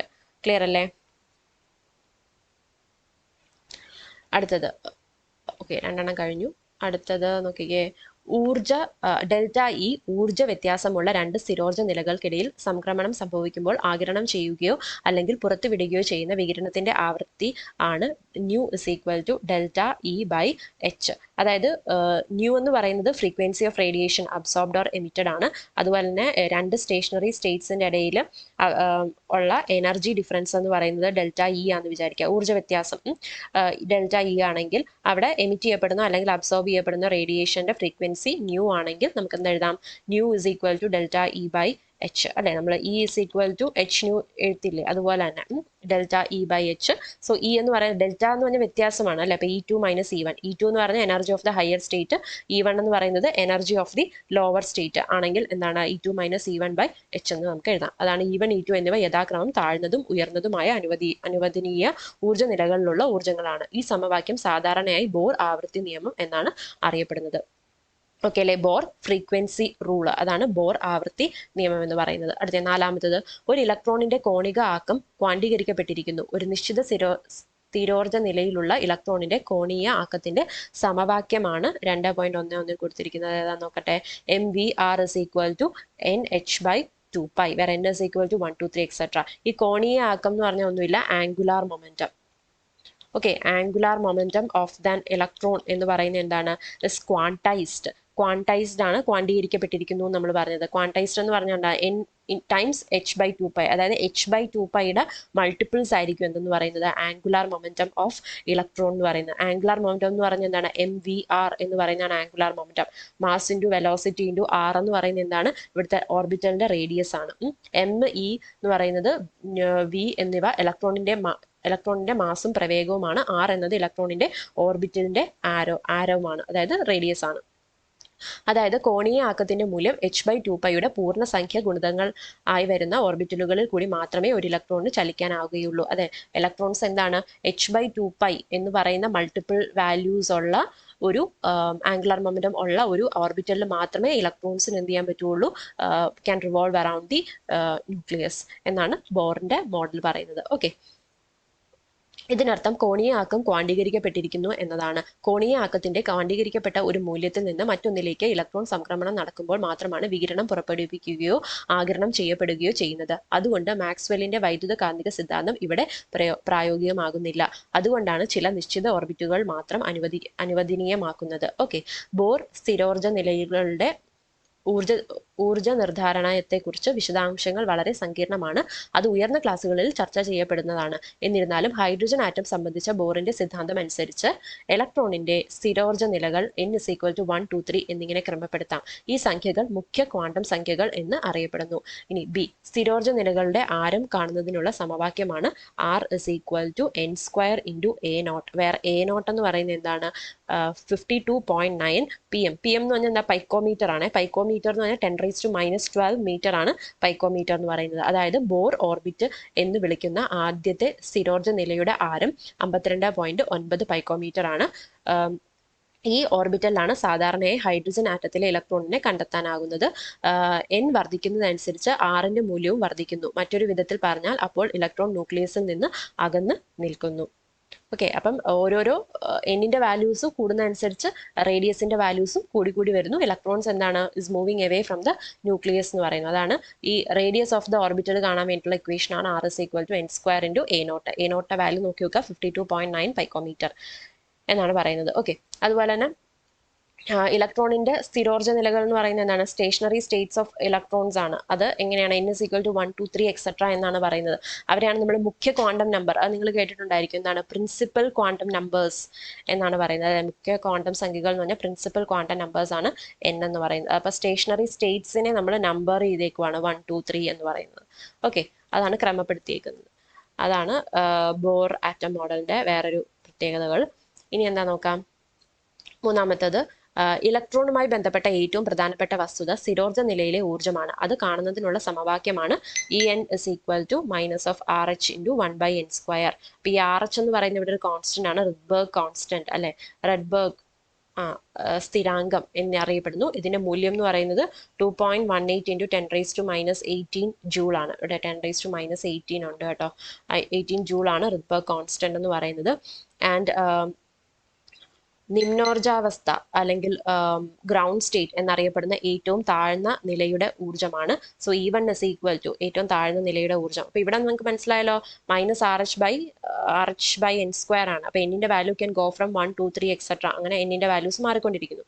അപ്പൊ ഈ n എന്നാണ് കൊടുത്തിരിക്കുന്നത് അല്ലെ. വെൻ n = 1 എന്ന് പറയുന്നത് എന്താണ്? ഏറ്റവും താഴ്ന്ന നിലയാണ് അല്ലെ, n = 1 എന്ന് പറയുന്നത്. അതാണ് ഗ്രൗണ്ട് സ്റ്റേറ്റ് എന്ന് വിളിക്കുന്നത്, അല്ലെങ്കിൽ നിമ്നോർജാവസ്ഥ എന്ന് പറയുന്നത്. ഓക്കെ, ഗ്രൗണ്ട് സ്റ്റേറ്റ് ആണ് നിമ്നോർജാവസ്ഥ. E1 = -2.18 × 10⁻⁻18 × 1². എന്നിന്റെ വാല്യൂ 1 ആയതുകൊണ്ട് 1². അപ്പോൾ ആ വാല്യൂ തന്നെ നമുക്ക് കിട്ടും, അത്രയും ജൂൾ. അതാണ് E1ന്റെ എനർജി. E2ന്റെ എനർജി ഇതേപോലെ തന്നെ നമ്മൾ ചെയ്തപ്പോൾ എന്താണ്? 0.545 × 10⁻⁻18 ജൂൾ. ഓക്കെ, മൈനസ് ഉണ്ട്, ആ വാല്യൂസ് ആണ് നമുക്ക് കിട്ടുന്നത്.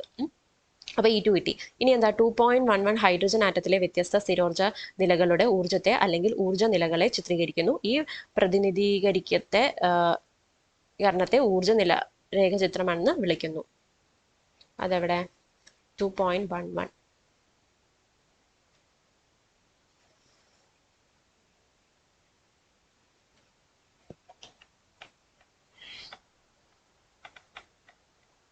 ഇതാണ് അല്ലെ, ഹൈഡ്രജൻ ആറ്റത്തിലെ ഇലക്ട്രോണിന്റെ സംക്രമണങ്ങൾ രേഖാചിത്രം കാണിക്കുന്നത് ലൈമൻ ബാൽമർ പാഷൻ ശ്രേണികളുടെ സംക്രമണങ്ങളാണ് അല്ലെ. ലൈമൻ ബാൽമർ പാഷൻ, പിന്നെയുണ്ട് ബ്രാക്കറ്റ് ഫണ്ട് എന്ന് പറഞ്ഞ അത്രയും സീരീസ് ഉണ്ട് അല്ലെ. n = 1 എന്ന് പറയുന്ന നിലയിലോട്ടാണ് റേഡിയേഷൻസ് വീഴുന്നതെങ്കിൽ അതാണ് ലൈമൻ സീരീസ്. n = 2 എന്ന് പറയുന്നതാണെങ്കിൽ അത് ബാൽമർ. n = 3 ആകുമ്പോഴത്തേക്കും പാഷൻ, പിന്നെ ബ്രാക്കറ്റ് ഫണ്ട്. അപ്പം n = 1 എന്ന് പറയുന്നത് ലൈമൻ അൾട്രാവയലറ്റ് റീജിയനിലാണ് കാണപ്പെടുന്നത്. ബാൽമർ സീരീസ് കാണപ്പെടുന്നത് എപ്പോഴും വിസിബിൾ റീജിയനിലാണ്, അതാണ് ദൃശ്യം എന്നിവിടെ എഴുതി വെച്ചിട്ടുള്ളത്. പിന്നെ പാഷൻ ശ്രേണികൾ ഇൻഫ്രാറെഡ്, പിന്നെ ബ്രാക്കറ്റ് ഫണ്ടും ഇൻഫ്രാറെഡ്, ഫാർ ഇൻഫ്രാറെഡ് അങ്ങനെ പോകും. ഓക്കെ, സോ അതാണ് ഹൈഡ്രജൻ ആറ്റത്തിന്റെ സ്പെക്ട്രം. ജസ്റ്റ് നിങ്ങൾ സ്പെക്ട്രം കണ്ടല്ലോ. അപ്പം ബോർ ആറ്റം മോഡൽ പറഞ്ഞിരിക്കുന്ന കാര്യങ്ങളെ കുറിച്ച് കണ്ടു. ഇനിയും കുറച്ച് കാര്യങ്ങളൂടെ ഉണ്ട്. സോ ഇലക്ട്രോൺ ന്യൂക്ലിയസിന്റെ സ്വാധീനത്തിൽ നിന്ന് സ്വതന്ത്രമാകുമ്പോൾ ഊർജ്ജം 0 കണക്കാക്കും. ഈ അവസ്ഥയിൽ ഇലക്ട്രോൺ പ്രാഥമിക ക്വാണ്ടം സംഖ്യ n = എന്ന ഊർജ്ജ നിലയിലായിരിക്കും. ഇതിനെ അയോണീകരിച്ച ഹൈഡ്രജൻ ആറ്റം എന്ന് പറയുന്നു. ഇലക്ട്രോൺ ന്യൂക്ലിയസിനാൽ ആകർഷപ്പെട്ട് n എന്ന ഓർബിറ്റലിലായിരിക്കുമ്പോൾ ഊർജ്ജം പുറന്തള്ളപ്പെടുകയും അതിന്റെ ഊർജ്ജം കുറയുകയും ചെയ്യുന്നു. അതാണ് സമവാക്യം 2.13 നെഗറ്റീവ് ചിഹ്നത്തിന്റെ കാരണം. മാത്രമല്ല ഇത് ഊർജ്ജം 0-ഉം n = എന്ന അവസ്ഥയെയും അപേക്ഷിച്ചുള്ള സ്ഥിരതയെ കാണിക്കുന്നു. മനസ്സിലായല്ലോ അത്? അതായത് n = എന്ന് പറയുന്ന അവസ്ഥ എന്ന് പറയുന്നത് എന്താ? ഊർജ്ജം 0 കണക്കാക്കും അല്ലെ. ന്യൂക്ലിയസിന്റെ സ്വാധീനത്തിൽ നിന്ന് സ്വതന്ത്രമായി പുറത്തോട്ട് പോകുന്നു അല്ലെ. പുറത്തോട്ട് എസ്കേപ്പ് ചെയ്ത് കഴിഞ്ഞാൽ പിന്നെ ഇലക്ട്രോൺ n = സ്റ്റേറ്റ് ആണ് കണക്കാക്കും. അതുപോലെ തന്നെ അതിന്റെ ഊർജ്ജം എന്ന് പറയുന്നത് എന്താണ്? 0 നമ്മൾ കണക്കാക്കുന്നത്. ഇനി ഇതിനെ അയോണീകരിച്ച ഹൈഡ്രജൻ ആറ്റം അല്ലെ, ഇലക്ട്രോൺ ലോസ് ആയാൽ അത് അയോണൈസ്ഡ് ഹൈഡ്രജൻ എന്നാണ് നമ്മൾ പറയുന്നത്. ഓക്കെ,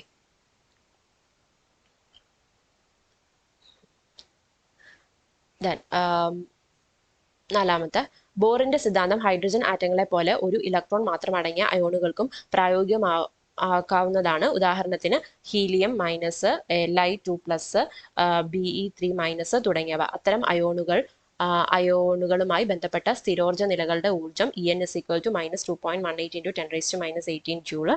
ആരം കാണുന്നതിനുള്ള സമവാക്യം Rn is equal to 52.9 n²/z.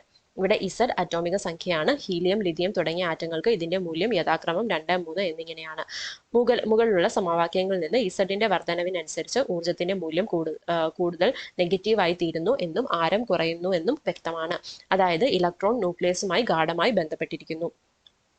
അതായത് ഒന്നുമില്ല, ഇത് ഹൈഡ്രജൻ പോലെ തന്നെ അത്രയും ഇലക്ട്രോണുകളുള്ള മറ്റു ആറ്റങ്ങൾക്കും എന്താണ് ഈ ഒരു എനർജിയും റേഡിയസും ഒക്കെ കണ്ടുപിടിക്കാനുള്ള സമവാക്യം നമുക്ക് യൂസ് ചെയ്യാം എന്നാണ് പറയുന്നത്. ഫോർ എക്സാമ്പിൾ ആണ് ഹീലിയം മൈനസ്, Li2+, Be3-. അതെന്താണ് ഹീലിയം മൈനസ് എന്ന് പറയുമ്പോൾ എന്താണ്, ഒരു ഇലക്ട്രോൺ കിട്ടിയ ഹീലിയമാണ്. Li2+ എന്ന് പറഞ്ഞാൽ 2 ഇലക്ട്രോൺ ലോസ് ആയ ലിഥിയമാണ്. Be3- എന്ന് പറഞ്ഞാൽ 3 ഇലക്ട്രോൺസ് ഗെയിൻഡ് ആയിട്ടുള്ള അയനൈസ്ഡ് ആയിട്ടുള്ള ബെറിലിയമാണ്. ഓക്കെ, അതങ്ങനെ പോകുന്നു. അപ്പോൾ ഇസഡിന്റെ വാല്യൂ അതനുസരിച്ച് മാറ്റി കൊടുക്കണം എന്നാണ് പറയുന്നത്. Z is equal to 1 ആണ് hydrogen ആറ്റത്തിന്. Z is equal to 2, 3 അങ്ങനെയാണ് ആർക്ക് പോകുന്നത്, ഹീലിയത്തിനും ലിഥിയത്തിനും. ഓക്കെ, ഇനി ഇത്തരം ഓർബിറ്റുകളിൽ സഞ്ചരിക്കുന്ന ഇലക്ട്രോണുകളുടെ വേഗത കണക്കാക്കാനും സാധ്യമാണ്. കൃത്യമായ സമവാക്യം ഇവിടെ നൽകിയിട്ടില്ലെങ്കിലും ന്യൂക്ലിയസിന്റെ പോസിറ്റീവ് ചാർജ് വർദ്ധിക്കുന്നതനുസരിച്ച് ഇലക്ട്രോൺ പ്രവേഗം കൂടുമെന്നും മുഖ്യ ക്വാണ്ടം സംഖ്യാ മൂല്യം വർദ്ധിക്കുന്നതിനനുസരിച്ച് ഇലക്ട്രോൺ പ്രവേഗം കുറയുമെന്നും സാമാന്യമായി മനസ്സിലാക്കാം. ഓക്കെ, അപ്പൊ ഇതാണ് bore atom model. Bore atom model നിങ്ങൾക്ക് മനസ്സിലായെന്ന് വിചാരിക്കുന്നു. ഇലക്ട്രോൺസ് എന്താണ് സ്റ്റേഷനറി ഓർബിറ്റ്സിലൂടെയാണ് ന്യൂക്ലിയസിനെ ചുറ്റുന്നതെന്ന് പറയുന്നു.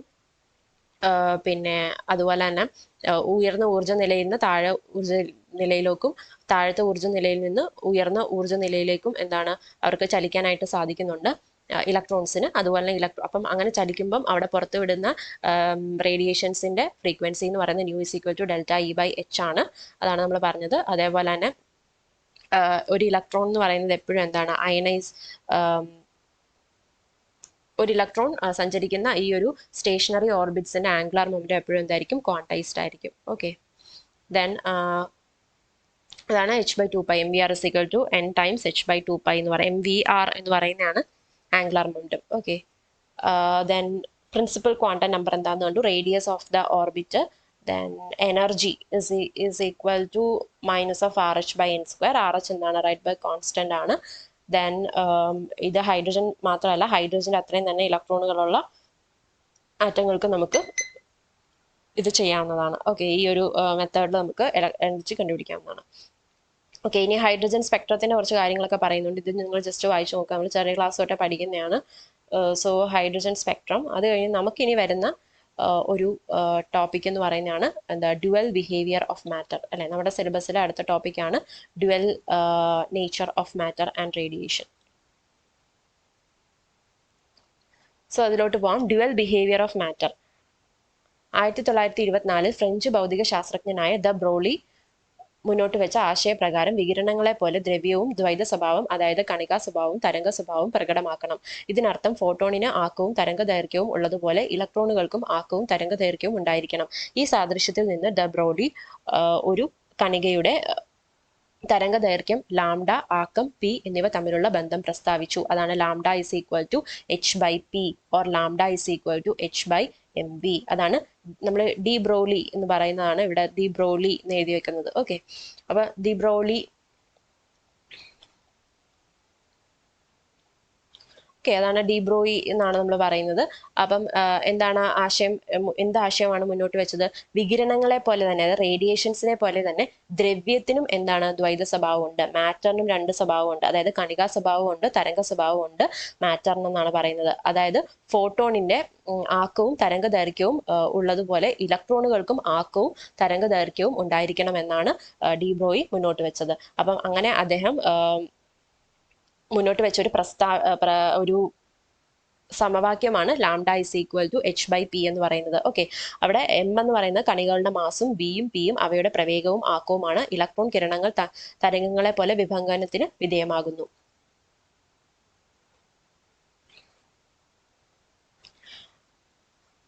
അപ്പം ഇത് ഡി ബ്രോളിയുടെ പ്രവചനമാണ്. ഇതിന് പരീക്ഷണത്തിലൂടെ സ്വീകരണം നൽകുന്നു. ഈ വസ്തുത ഇലക്ട്രോൺ മൈക്രോസ്കോപ്പ് നിർമ്മിക്കുന്നതിന് ഉപയോഗിക്കപ്പെടുന്നു. ഒരു സാധാരണ മൈക്രോസ്കോപ്പിൽ പ്രകാശത്തിന്റെ തരംഗ സ്വഭാവം ഉപയോഗിക്കപ്പെടുന്നത് പോലെ ഇലക്ട്രോണുകളുടെ തരംഗ സ്വഭാവമാണ് ഇലക്ട്രോൺ മൈക്രോസ്കോപ്പിൽ അടിസ്ഥാനമാക്കിയിട്ടുള്ളത്. ആധുനിക ശാസ്ത്ര ഗവേഷണ രംഗത്തെ വളരെ ഉപയോഗപ്രദമായ ഒരു പരീക്ഷണമാണ് ഇലക്ട്രോൺ മൈക്രോസ്കോപ്പ്. കാരണം ഇത് ഉപയോഗിച്ച് ഒരു വസ്തു ഏകദേശം 15 ദശലക്ഷം മടങ്ങ് വലുപ്പത്തിൽ കാണാൻ സാധിക്കും. ബ്രോഗ്ലിയുടെ അഭിപ്രായത്തിൽ ചലനത്തിലുള്ള എല്ലാ വസ്തുക്കൾക്കും ഒരു തരംഗ സ്വഭാവമുണ്ട്. സാധാരണ വസ്തുക്കളുമായി ബന്ധപ്പെട്ട തരംഗ ദൈർഘ്യങ്ങൾ വളരെ ചുരുങ്ങിയതാണ്. അതുകൊണ്ട് അവയുടെ തരംഗങ്ങളെ തിരിച്ചറിയാൻ കഴിയുന്നില്ല. എന്നാൽ ഇലക്ട്രോണുകളും മറ്റ് അറ്റോമിക കണികകളുമായി ബന്ധപ്പെട്ട തരംഗ ദൈർഘ്യങ്ങൾ പരീക്ഷണത്തിലൂടെ കണ്ടുപിടിക്കാം. താഴെ പറയുന്ന പ്രശ്നങ്ങളിൽ ലഭിച്ച ഫലങ്ങൾ ഈ വസ്തുക്കൾ ഗുണപരമായി തെളിയിക്കുന്നു. ഓക്കെ, അപ്പൊ ഇതിനകത്ത് ഈ ഒരു ഇക്വേഷൻ ഓർത്ത് വെച്ചോണം. Lambda is equal to h/p. ഇവിടെ ഡി ബ്രോയിയെ കുറിച്ച് പറഞ്ഞിട്ടുണ്ട്, അത് നിങ്ങൾക്ക് വായിച്ചു നോക്കാം. സോ ഇവിടെ ഒരു പ്രോബ്ലം കൂടെ കൊടുത്തിട്ടുണ്ട്, 1-2 പ്രോബ്ലം കൊടുത്തിട്ടുണ്ട്, അതുകൂടെ ജസ്റ്റ് ഒന്ന് നോക്കാം. സോ പ്രശ്നം 2.12 10 മീറ്റർ പെർ സെക്കൻഡ് വേഗതയിൽ സഞ്ചരിക്കുന്ന 0.1 കിലോഗ്രാം മാസ് ഉള്ള ഒരു പന്തിന്റെ തരംഗ ദൈർഘ്യം എത്ര? അപ്പൊ എത്രയാണ്? വേഗത തന്നിട്ടുണ്ട്, വെലോസിറ്റി തന്നിട്ടുണ്ട്, മാസ് തന്നിട്ടുണ്ട്, അതുപോലെ തന്നെ തരംഗ ദൈർഘ്യം ലാംഡയാണ് കണ്ടുപിടിക്കാനുള്ളത്. നമുക്കറിയാലോ equation, lambda is equal to h/p അല്ലെങ്കിൽ h/mv. ഈ p എന്ന് പറയുന്നത് മൊമെന്റം ആണെന്ന് നിങ്ങൾക്ക് അറിയാലോ. ആ മൊമെന്റം എന്ന് പറയുന്നത് ശരിക്കും മാസിന്റെ വെലോസിറ്റി ആണ്. Okay, momentum is equal to മാസിന്റെ വെലോസിറ്റി ആണ് നമ്മൾ ഫിസിക്സിൽ ഇനി പഠിക്കും കേട്ടോ. ഓക്കെ, അപ്പം lambda is equal to h/mv. So എച്ചിന്റെ വാല്യൂ 6.626 into 10⁻⁻34 joule second and divided by mass 0.1 kg. Velocity നമ്മൾ എഴുതി. ഇത് എല്ലാം കൂടെ കട്ട് ചെയ്ത് വിടുമ്പോൾ നമുക്ക് എത്ര കിട്ടി? 6.626 into 10⁻⁻34 എന്ന് തന്നെ കിട്ടി. മൈനസ് ഉണ്ട് ഇവിടെ, -34 മീറ്റർ. അതാണ് നമ്മുടെ വേവ് ലെങ്ത്, നമുക്ക് തരംഗ ദൈർഘ്യം കിട്ടിയത്. ഓക്കെ, പ്രശ്നം 2.13 നോക്കാം. ഒരു ഇലക്ട്രോണിന്റെ മാസ് 9.1 into 10⁻31 കിലോഗ്രാം ആണ്. അതിന്റെ കൈനറ്റിക് എനർജി 3 into 10⁻25 ജൂൾ ആണെങ്കിൽ തരംഗ ദൈർഘ്യം കണക്ക് കൂട്ടുക. അതായത് കൈനറ്റിക് എനർജി തന്നിട്ടുണ്ട്, അതാണ് ഇത്. അതുപോലെ മാസം തന്നിട്ടുണ്ട്, തരംഗ ദൈർഘ്യം ലാംഡ കണക്കാക്കുക. അത് നമുക്കറിയാം, കൈനറ്റിക് എനർജിയുടെ ഇക്വേഷൻ എന്താണ്? Kinetic energy is equal to ½mv² ആണ് അല്ലെ. അപ്പൊ നമുക്ക് ഗതികോർജം തന്നിട്ടുണ്ട്, മാസം തന്നിട്ടുണ്ടെങ്കിൽ വെലോസിറ്റി ഇതിൽ നിന്ന് കണ്ടുപിടിക്കാമല്ലോ. കൈനറ്റിക് എനർജി മാസം ഉണ്ട്, വെലോസിറ്റി കണ്ടുപിടിക്കാം. അപ്പൊ വെലോസിറ്റി ഈസ് ഈക്വൽ ടു എങ്ങനെ കണ്ടുപിടിക്കാം? √2 times kinetic energy divided by mass. അപ്പൊ ഈ ഇക്വേഷന്റെ സബ്സ്റ്റിറ്റ്യൂട്ട് ആ റൂട്ട് എന്ന് കാണിക്കാനാണ് ഇവിടെ raised to 1/2 എന്ന് ഇവിടെ കൊടുത്തിരിക്കുന്നത് കേട്ടോ. And that is equal to substitute ചെയ്യുമ്പോൾ 812 മീറ്റർ പെർ സെക്കൻഡ് എന്നാണ് നമുക്ക് വെലോസിറ്റി കിട്ടുന്നത്. ഓക്കെ, ആ വെലോസിറ്റി നമ്മൾ ഇവിടെ കൊണ്ട് സബ്സ്റ്റിറ്റ്യൂട്ട് ചെയ്താൽ നമുക്ക് എന്താ തരംഗ ദൈർഘ്യം വേണ്ടത്? Lambda is equal to h/p or h/mv. അപ്പം ഈ h/mv ആണ് നമുക്കിപ്പോൾ കിട്ടിയത് 812 മീറ്റർ പെർ സെക്കൻഡ്. അത് സബ്സ്റ്റിറ്റ്യൂട്ട് ചെയ്യുക, we get the wave length in metre here, that is 8967 into 10⁻⁻10 metre or നാനോമീറ്ററിൽ എഴുതാണ് 896.7 നാനോമീറ്റർ എന്ന് പറഞ്ഞ് കിട്ടി. അടുത്ത 2.14 എന്ന് പറയുന്ന ഒരു ഇതുകൂടെ നോക്കാം. എന്താണ്? 3.6 ആങ്സ്ട്രോങ് തരംഗ ദൈർഘ്യത്തിലുള്ള ഒരു ഫോട്ടോണിന്റെ മാസ് കണക്കാക്കുക. ആങ്സ്ട്രോങ് എന്ന് പറഞ്ഞാൽ ഞാൻ പറഞ്ഞായിരുന്നു 10⁻10 മീറ്റർ ആണ് ഒരു ആങ്സ്ട്രോങ് എന്ന് പറയുന്നത്. ഓക്കെ, ഇതൊക്കെ ലെങ്ത്തിന്റെ യൂണിറ്റ് ആണ് കേട്ടോ. ആങ്സ്ട്രോങ് എന്ന് പറയുന്നത് നമ്മുടെ നാനോമീറ്ററും ലെങ്ത്തിന്റെ യൂണിറ്റ് ആണ്. മീറ്റർ കൂടെ ഉള്ളപ്പോൾ തന്നെ അറിയാലോ അത് ലെങ്ത്തിന്റെ യൂണിറ്റ് ആണ്. ഓക്കെ, അപ്പം ഈ ഫോട്ടോണിന്റെ പ്രവേഗം എന്ന് പറയുന്നത് എന്താണ്? പ്രകാശത്തിന്റെ പ്രവേഗം. നമ്മൾ പറഞ്ഞു ഒരു ഫോട്ടോണിന്റെ കാര്യം. ഫോട്ടോൺ എന്ന് പറഞ്ഞാൽ എന്താണ്? പ്രകാശത്തിലുള്ള കണികകളെയാണ് നമ്മൾ ഫോട്ടോൺ എന്ന് വിളിക്കുന്നത്. അപ്പം ഫോട്ടോണിന്റെ സ്പീഡ് എന്ന് പറയുന്നത് എന്തായിരിക്കും? പ്രകാശത്തിന്റെ സ്പീഡായിരിക്കും അല്ലെ. അപ്പൊ അതിന്റെ മാസ് കണക്കാക്കാനാണ് പറഞ്ഞിരിക്കുന്നത്. ലാംഡ നമുക്ക് തന്നിട്ടുണ്ട്. അപ്പൊ നമുക്കറിയാലോ ഇക്വേഷൻ എന്താണ്? Lambda is equal to h/mv or m is equal to h/λ into v. h അറിയാം 6.626 into 10⁻⁻34 joule second divided by lambda is given in the question. എത്രയാണ്? 3.6 into 10⁻⁻10 meter. അത് into velocity. വെലോസിറ്റി അല്ലെങ്കിൽ എന്താണ്? പ്രവേഗമാണ് നമ്മളോട് കാണാൻ പറഞ്ഞിട്ടുള്ളത്. അല്ലെങ്കിൽ ഫോട്ടോണിന്റെ മാസ് ആണ് നമ്മളോട് മാസാണ് കണക്കാക്കാൻ പറ്റിയിട്ടുള്ളത്. v എന്ന് പറയുന്നത് എന്താണ്? പ്രവേഗമാണ്. ഓക്കെ, പ്രവേഗം എത്രയാണ്? 3 into 10⁻8 മീറ്റർ പെർ സെക്കൻഡ്. നമ്മൾ പഠിച്ചതാണ് ഇലക്ട്രോമാഗ്നറ്റിക് റേഡിയേഷൻസ്. ലൈറ്റ് ഒരു ഇലക്ട്രോമാഗ്നറ്റിക് റേഡിയേഷൻ ആണല്ലോ. വിസിബിൾ ലൈറ്റ് എന്താണ്? ഒരു ഇലക്ട്രോമാഗ്നറ്റിക് റേഡിയേഷൻ ആണ്. സോ അതിന്റെ ഇലക്ട്രോമാഗ്നറ്റിക് റേഡിയേഷൻസിന്റെ സ്പീഡ് എത്രയാണ്? 3 into 10⁻8. വാക്വത്തിലെ ഇലക്ട്രോമാഗ്നറ്റിക് റേഡിയേഷന്റെ speed 3 into 10⁻8 metre per second. Constant value നമ്മൾ നേരത്തെ അവിടെ പഠിച്ചിരുന്നു. അതാണ് നമ്മൾ c എന്ന് പറഞ്ഞത്. ഓക്കെ, ആ സിയുടെ വാല്യൂ ആണ് നമ്മൾ ഇവിടെ v എന്ന് എഴുതിയതേ ഉള്ളൂ. v ആയാലും c ആയാലും രണ്ടും ഒന്ന് തന്നെയാണ്. ഓക്കെ, h/λv, vക്ക് 3 into 10⁻8 സബ്സ്റ്റിറ്റ്യൂട്ട് ചെയ്തു. അപ്പോൾ നമുക്ക് കിട്ടി 6 into 10⁻33 കിലോഗ്രാം. ഓക്കെ, സോ ഇപ്പോൾ ഇതാണ് ഇത്രയും. ഇനി അടുത്തത് ഹെയ്സൻബർഗ് അൺസർട്ടനിറ്റി പ്രിൻസിപ്പിൾ ആണ് എടുക്കാനുള്ളത്. സോ അത് ഞാൻ നെക്സ്റ്റ് വീഡിയോയിൽ പറയാം. ഓക്കെ, ശരി, താങ്ക് യു.